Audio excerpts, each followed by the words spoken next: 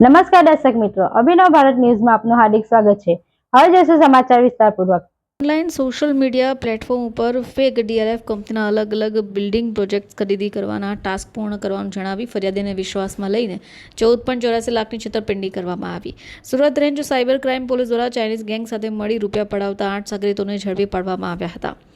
Cyber crime police station Surat વિભાગ ખાતે 2 જાન્યુઆરી 2025ના રોજ એક ફરિયાદ થઈ, જેમાં ટેલિગ્રામ એપ્લિકેશન ઉપર એક મોબાઈલ નંબર ધારકે ડીએલએફ કંપનીના અલગ ટાસ્ક પૂર્ણ કરવા પૈસા કમાવાની વિગતો આપી હતી।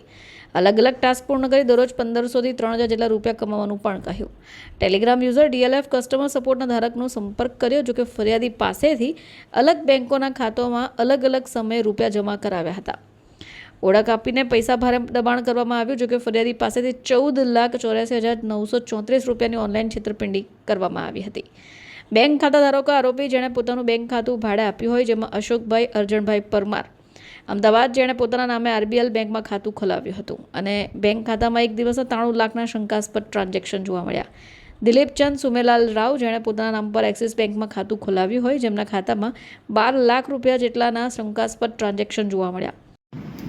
સુરત રેન્જના સાયબર ક્રાઇમ પોલીસ સ્ટેશનમાં જાન્યુઆરી 2025માં એક સાયબર ફ્રોડનો ગુનો દાખલ કરવામાં આવેલો હતો, જેમાં અમારા ઓલપાડ તાલુકાના ફરિયાદીના સાથે લગભગ 18 લાખ જેટલાનું ફ્રોડ થયેલું હતું।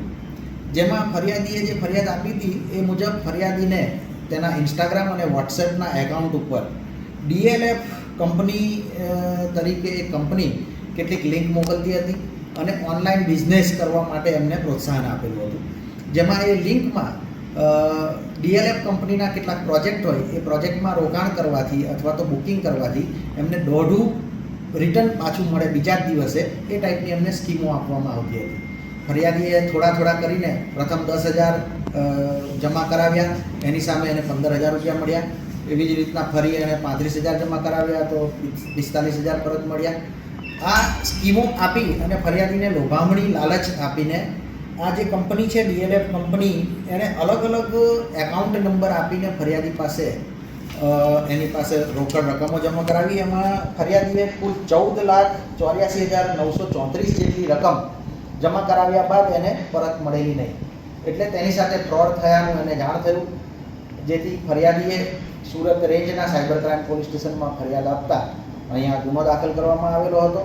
જે ગુનાની તપાસ સાયબર ક્રાઇમ પોલીસ સ્ટેશનના પોલીસ ઇન્સ્પેક્ટર શ્રી પીએ સુથાર અને શ્રી કે.આર. વાઘેલા એમના નિગરાનીમાં થઈ રહી હતી અને સુરત રેન્જના રેન્જ આઈજીપી શ્રી પ્રેમવીર સિંહ સાહેબના માર્ગદર્શન હેઠળ આ ગુનાની તપાસ તેઓ કરી રહ્યા હતા। આ ગુનાની તપાસમાં અગાઉ 5 આરોપીઓની ધરપકડ કરવામાં આવેલી છે। આ ગુનામાં એમો એવી રીતની જાણવા મળી હતી કે ફરિયાદી પાસેથી અને અન્ય ભોગ બનનાર પાસેથી આવી રીતે છેતરપિંડીની જે રકમ છે એ આરોપીઓ અલગ એકાઉન્ટમાં, જે એકાઉન્ટ તે લોકો ભાડે રાખતા હોય છે અને અલગ એકાઉન્ટમાં રકમ જમા કરાવતા હોય છે। જે રકમ જમા થયા બાદ એ એકાઉન્ટ ધારકને માત્ર એની પાસેથી ભાડેથી લીધેલું હોય અને જે બીજા એજન્ટો છે એ એજન્ટો એ એકાઉન્ટનો ઉપયોગ કરતા હોય છે।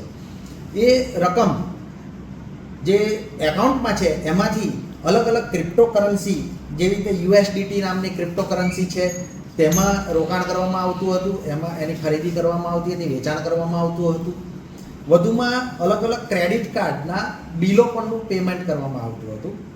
ક્રેડિટ કાર્ડના બિલો જે પણ પેમેન્ટ કરવામાં આવે એ એકાઉન્ટમાંથી પેમેન્ટ થયા બાદ વળી પાછા એને અલગ પોર્ટલથી પરત પણ મેળવવામાં આવતા હતા અને આખું એક સિન્ડિકેટ બહાર આવેલું હતું।